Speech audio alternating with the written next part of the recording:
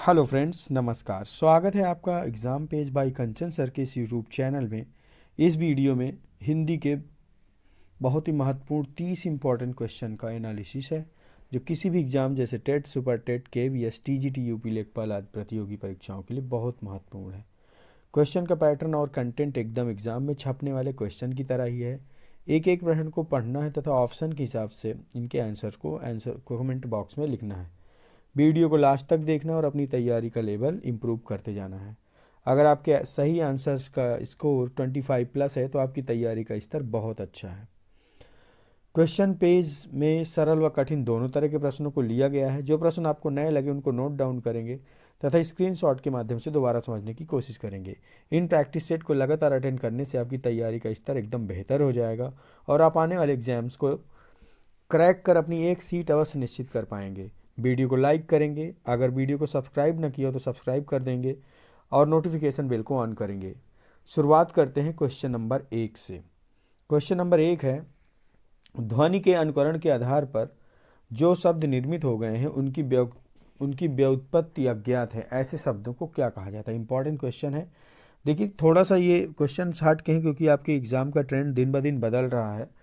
बहुत सारे competitive students बैठते हैं आपके साथ, थोड़ा सा अलग आपको पढ़ना पड़ेगा। ये क्वेश्चंस थोड़ा सा टफ आपको मालूम होंगे क्योंकि नए क्वेश्चंस का संकलन है, तो आप कॉपी पेन उसमें कॉपी में नोट डाउन करेंगे। जो भी क्वेश्चन आपको नए लगते हैं उनको नोट करेंगे। ध्वनि के अनुकरण के आधार पर जो शब्द निर्मित हो गए हैं और उनकी व्युत्पत्ति अज्ञात है, ऐसे शब्दों को क्या कहा जाता है? क्वेश्चन में आपका आंसर छिपा है। ऑप्शन है आपका तत्सम शब्द, ऑप्शन बी है देशज शब्द, ऑप्शन सी है विदेशज शब्द, या ऑप्शन डी है प्राकृत शब्द। इम्पॉर्टेंट क्वेश्चन है।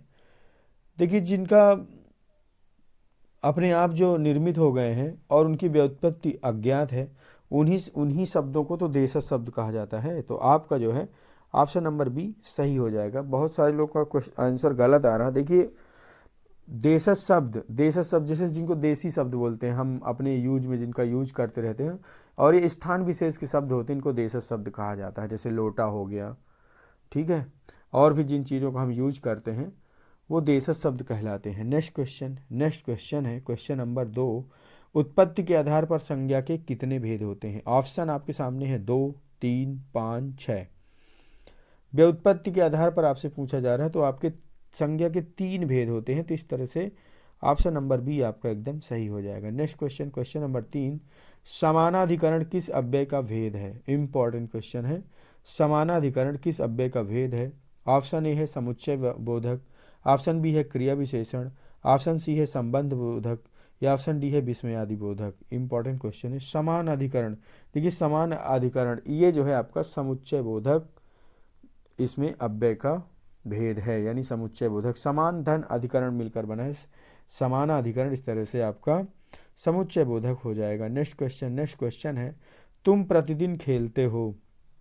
उपर्युक्त वाक्य में प्रतिदिन कौन सा क्रिया विशेषण हो जाएगा? ऑप्शन ए है गुणवाचक क्रिया विशेषण, ऑप्शन बी है परिमाणवाचक क्रिया विशेषण, ऑप्शन सी है कालवाचक क्रिया विशेषण, और ऑप्शन डी है स्थानवाचक क्रिया विशेषण। प्रतिदिन में आपसे पूछ रहा है कि कौन सा क्रिया विशेषण हो जाएगा। तो प्रतिदिन क्या किसका वर्णन कर रहा है? कालवाचक, यानी टाइम स्पैन को आपको बता रहा है। तो इस तरह से आपका ऑप्शन नंबर सी एकदम सही हो जाएगा। Next question number 5। संदेह संशय में संदेह का अर्थ जहां मन में कुछ होने की आशंका होना है, वहीं संशय का क्या अर्थ होगा? इंपॉर्टेंट क्वेश्चन है, फिर से पढ़ेंगे।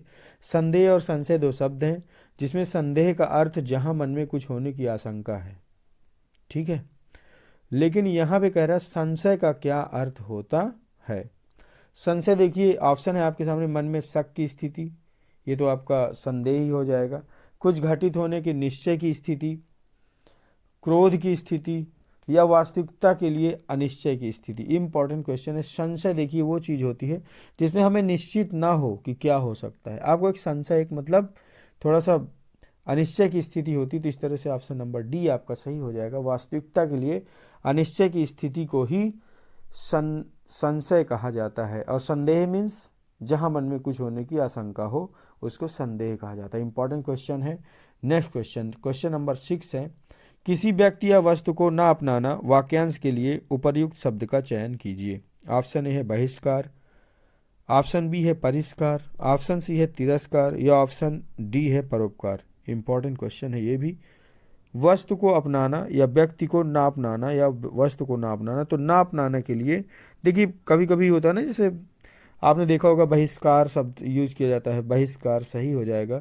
परिष्कार, तिरस्कार, परोपकार ये तीनों नहीं होंगे। परोपकार मतलब किसी के ऊपर उपकार करना, तिरस्कार मतलब किसी की उपेक्षा करना या मना कर देना। ठीक है, तो इस तरह से आपका क्वेश्चन नंबर 6 का ऑप्शन नंबर ए सही हो जाएगा। नेक्स्ट क्वेश्चन, क्वेश्चन नंबर 7 है कुल और कूल। ये देखिए थोड़ा सा मिसप्रिंट है, इसका आप दूसरा वाला हटा देंगे। तो इस तरह से आपका कुल और कूल शब्द के युग में सही शब्द का चयन करना है आपको। ऑप्शन ए है वंश या गमन, वंश किनारा, किनारा या वंश, तो और डी है सब किनारा। तो देखिए अकॉर्डिंग टू योर ऑप्शन इसमें वंश और गमन हटा देंगे और सब और किनारा भी हटा देंगे। अब आपको ये चेक करना है कि एक कुल मीन्स वंश होता है और एक कूल मीन्स होता है किनारा।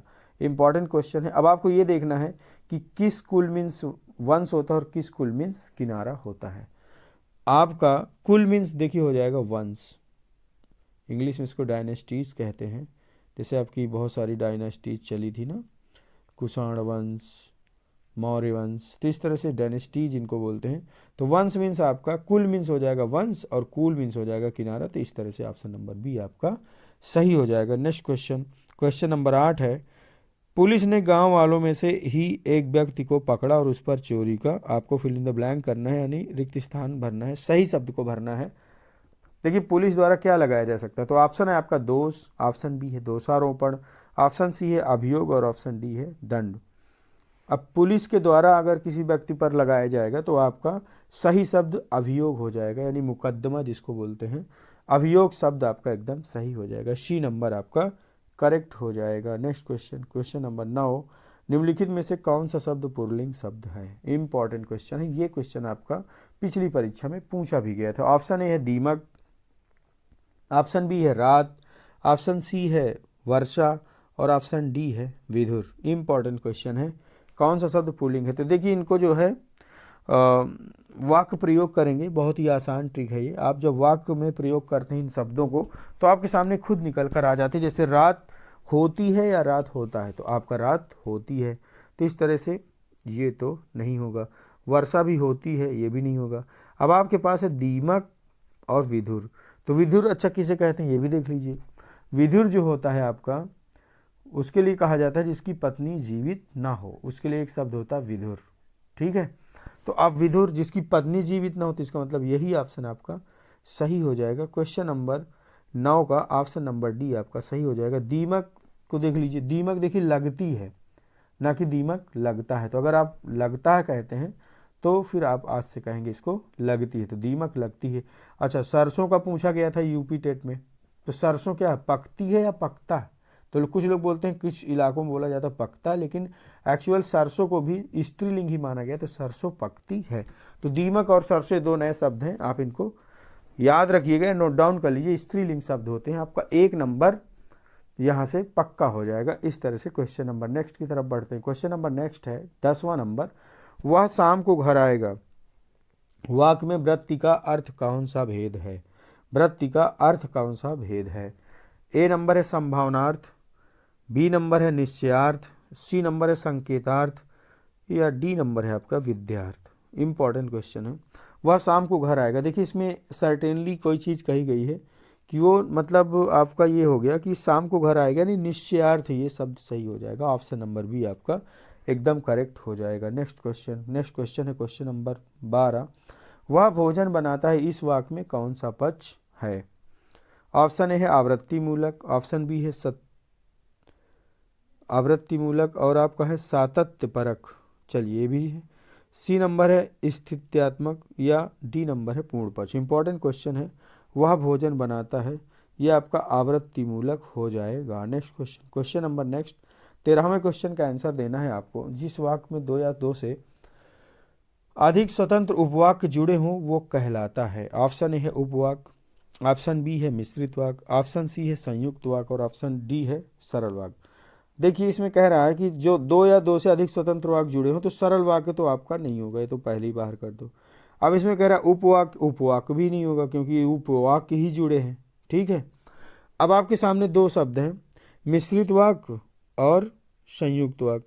देखिए इसमें कह रहा है वाक्य में दो या दो से अधिक स्वतंत्र। अब मिश्रित वाक्य में क्या होता है, एक दूसरे पे आधारित होता है। जैसे कहा गया ना, राम ने कहा कि आप पढ़ लो, यानी राम ना कहता, तो इस तरह से वो आश्रित है ना उपवाक्य आपका। लेकिन यहाँ पे कह रहा है जो आश्रित स्वतंत्र रूप से, तो स्वतंत्र रूप से आपका सी ऑप्शन सही हो जाएगा। जैसे राम पढ़ता है और सीता खेलती है, एक दूसरे में आश्रित नहीं है, राम पढ़ रहा है उसका अलग है, सीता खेलती है उसका अलग है। इस तरह से आपका क्वेश्चन नंबर 13 का ऑप्शन नंबर सी सही हो जाएगा। नेक्स्ट क्वेश्चन, क्वेश्चन नंबर 14, तुम बड़े चालाक हो, इस वाक्य में कौन सी अशुद्धि है? अशुद्धि आपसे पूछ रहा है, सर्वनाम संबंधी अशुद्धि, कारक संबंधी अशुद्धि, वाक्य प्रयोग संबंधी अशुद्धि, या फिर अव्यय संबंधी अशुद्धि। ये इंपॉर्टेंट क्वेश्चन है, इसमें जो है आपका ऑप्शन नंबर डी अव्यय संबंधी अशुद्धि सही हो जाएगा। नेक्स्ट क्वेश्चन, नेक्स्ट क्वेश्चन है, बोली का क्षेत्र जब थोड़ा विकसित हो जाता है और उसमें साहित्य की रचना होने पर, यानी साहित्य की रचना होने लगती है, तो अब आपको बताना है वो क्या बन जाती है। यदि कोई बोली है और उसमें साहित्य की रचना हो जाए भाई, जैसे अवधि है ना, तो अवधि में क्या लिखा गया है, रामचरितमानस, तो इस तरह से आपका ब्रज है। ठीक है, तो ये तो भाषाओं का रूप ले लिए क्योंकि इनका साहित्य बहुत है। लेकिन यहाँ पे कह रहा कि कोई बोली हो और उसमें जो है कोई साहित्य की रचना हो जाए, तो उससे जो है ब्रज भाषा बनेगी, तो ब्रज तो होगा नहीं। उपभाषा, लिप भाषा या फिर क्षेत्रीय भाषा, तो आपकी उपभाषा सही हो जाएगी क्योंकि उसमें साहित्य की रचना हो गई, तो क्षेत्र से निकलकर वो उपभाषा की ओर चली जाएगी। इस तरह से आपका क्वेश्चन नंबर, इसका ऑप्शन जो है डी सही हो जाएगा। क्वेश्चन नंबर 15 का ऑप्शन नंबर डी एकदम सही हो जाएगा। नेक्स्ट क्वेश्चन, क्वेश्चन नंबर 16 है, जिन ध्वनियों की गणना न स्वर में होती है और न व्यंजन में क्या कहलाती है? इंपॉर्टेंट क्वेश्चन है। ध्वनियाँ, वो ध्वनियाँ आपको बताना है जो न स्वर में आती न व्यंजन में। आपके सामने ऑप्शन है आगत, पढ़ा होगा आपने पहले भी, ऑप्शन बी है ऊष्म, ऑप्शन सी है अंतस्थ, और ऑप्शन डी है आयोगवाह। आगत, आगत ध्वनि आप जानती हैं, आगत शब्द होते हैं, ऊष्म व्यंजन होते हैं, अंतस्थ व्यंजन होते हैं।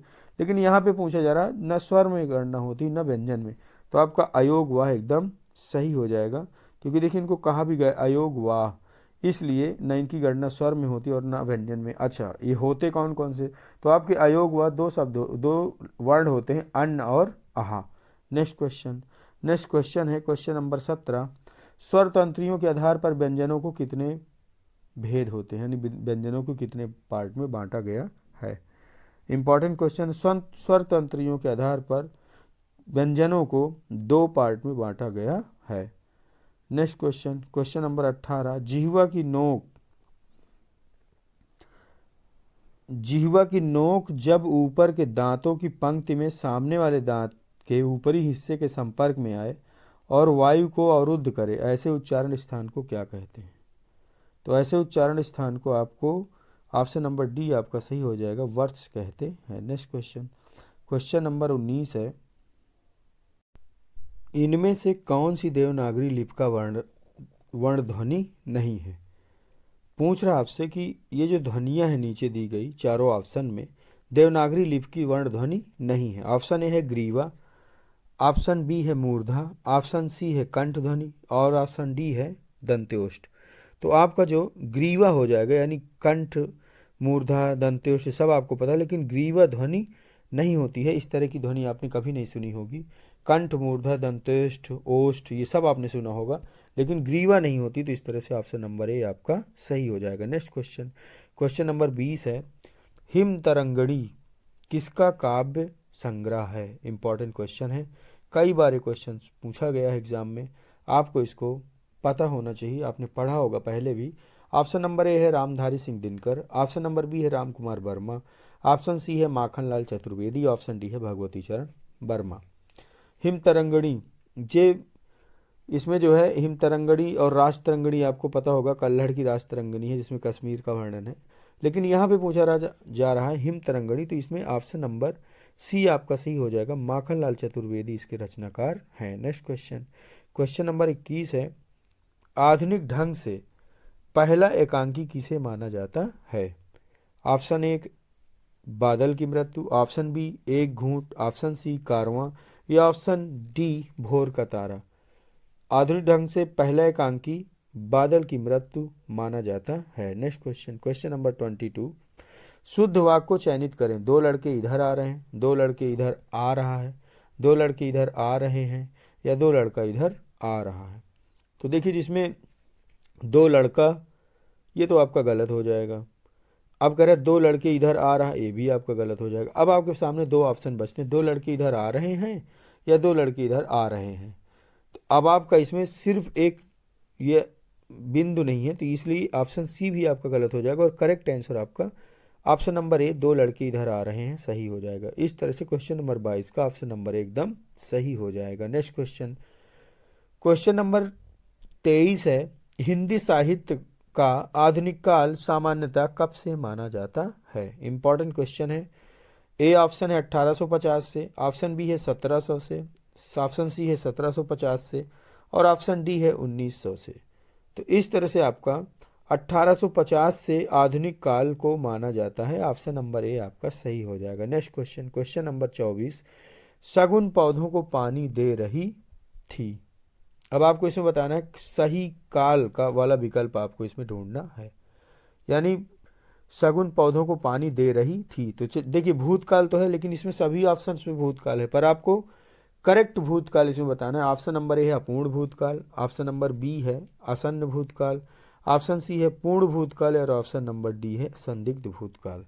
तो चूंकि कंटिन्यूअस है पास्ट, इसमें अभी काम कंटिन्यू है, तो आपका अपूर्ण भूतकाल सही हो जाएगा। अभी पानी दे रही थी, यानी जब किसी ने देखा उसको तो पानी दे रही थी पेड़ों को, तो इस तरह से आपका अपूर्ण भूतकाल सही हो जाएगा। नेक्स्ट क्वेश्चन, नेक्स्ट क्वेश्चन है क्वेश्चन नंबर 25। माँ ने कहा था कि उन्हें किताबों को पढ़ना है, इस वाक्य का कौन सा भेद है। आपने पहले से पढ़ रखा होगा, ये क्वेश्चन आपका गलत नहीं होना चाहिए, क्योंकि इसमें पहले ही पूछा गया है कि मिश्र वाक्य है, संयुक्त वाक्य है, संकेतवाचक वाक्य है, निषेधवाचक। तो अभी अभी आपको बताया गया कि जब दो उपवाक्य साथ साथ में जुड़े रहते हैं, साथ साथ जुड़ते हैं और दोनों एक दूसरे पे आश्रित होते हैं, तो आश्रित स्रा है ना इसमें, ठीक है आपके पास। जब दोनों शब्द या दोनों उपवाक्य एक दूसरे पे आश्रित होकर जुड़ते हैं तो वहाँ पे मिश्र वाक्य हो जाता है। नेक्स्ट क्वेश्चन, अच्छा मिश्र वाक्य की पहचान क्या। देखिए मिश्र वाक्य में लिखा रहेगा कि, जबकि, क्योंकि, तो इस तरह से इसकी पहचान है, आपका मिश्र वाक्य हो जाएगा। नेक्स्ट क्वेश्चन, नेक्स्ट क्वेश्चन है क्वेश्चन नंबर 26। मूंग दाल खाने वाले को, इसका सही मुहावरा अर्थ हिंदी में आपको बताना है। ऑप्शन ए है सोच समझ कर काम करना, ऑप्शन बी है सीधा साधा व्यक्ति होना, या ऑप्शन डी है कम सुंदर रचना, या सी ऑप्शन है आपका कमजोर। देखिए यहाँ पे ऑप्शन सी और डी एक ही बार लिख गए हैं, तो इसको आप सी समझ लीजिए, कमजोर, ठीक है। अब आपको बताना है मूंग की दाल खाने वाले के लिए एक सही शब्द क्या होगा। तो देखिए ये रोगी बीमारों को दिया जाता है, तो कमजोर शब्द इसमें सही हो जाएगा। नेक्स्ट क्वेश्चन, क्वेश्चन नंबर 26 के बाद क्वेश्चन नंबर 27। यदि सारा सामान मिल गया तो भोजन अच्छा बनेगा। इम्पॉर्टेंट क्वेश्चन है, इसमें आपको अपने से बताना है कि वाक्य वृत्ति का भेद आपको बताना है, कौन सा वाक्य इसमें हो जाएगा। संदेहार्थ, संकेतार्थ, संभावनार्थ, या फिर निश्चयार्थ। तो इसका आपका करें यदि लगा है ना, तो यदि भोजन यानी संकेत दिया जा रहा है, भोजन अगर सारा सामान मिल गया तो भोजन अच्छा बनेगा, तो आपका संकेतार्थ सही हो जाएगा।